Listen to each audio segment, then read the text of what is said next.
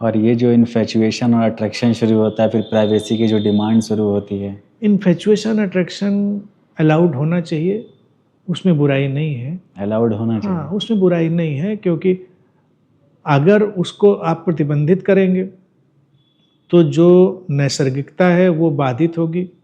अगर हम बहुत बाधित करेंगे इन्फैचुएशन को या आकर्षण को, तो विकृति बढ़ेगी। आकर्षण को सहज मानना चाहिए, क्योंकि स्त्री पुरुष के बीच निसर्ग का एक आकर्षण, बच्चों के अंदर अभी वो हार्मोन्स और वो रसायन सक्रिय होना शुरू हुए, वो आकर्षित तो होंगे ही। तो उनको स्वस्थ आकर्षण के नियम सिखाए जाने चाहिए, बताए जाने। प्राइवेसी की मांग बुरी नहीं है, प्राइवेसी की मांग में कोई ऐसा खराबी नहीं है, लेकिन अगर माता पिता के सामने भी बच्चे अपने आकर्षण को जाहिर कर सकते हैं तो कम बुराई है। यहाँ पर उनका मैत्री का रूप आ जाएगा, जो पेरेंट्स लड़के लड़की हैं बता सके कि मुझे वो अच्छा लग रहा है, वो अच्छी लग रही है, क्योंकि ये प्रकृति उनके भीतर से काम करना शुरू कर रही है। कोई बुराई नहीं, अच्छा लग सकता है। तब माँ बाप का रोल आता है। ये अच्छा लगना नैसर्गिक है, प्राकृतिक है, स्वाभाविक, लेकिन दूसरे का सम्मान करना, दूसरे की गरिमा का ध्यान रखना, दूसरे को स्वीकार करना, दूसरे के जीवन में इंक्रोचमेंट ना करना, उसकी पसंद नापसंद का ध्यान रखना, ये इससे भी बड़ी बात। तो तुम इन बातों का ध्यान रखोगे, तुम अपने आकर्षण के साथ चल सकते हो सकता है तब तुम्हारा ये आकर्षण और सुंदर बन जाए,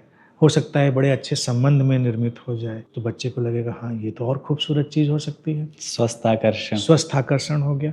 हमने मना नहीं किया, हमने कहा ठीक है, एक्सप्लोर करो, स्वस्थ आकर्षण की तरफ जा सकते हो। तो बच्चे छुपाएंगे नहीं तो वो स्वस्थ की तरफ बढ़ सकते हैं, नहीं तो फिर छुप कर जाएंगे, फिर वो एक्सप्लोरेशन उनके निगेटिव तरफ चले जाएंगे।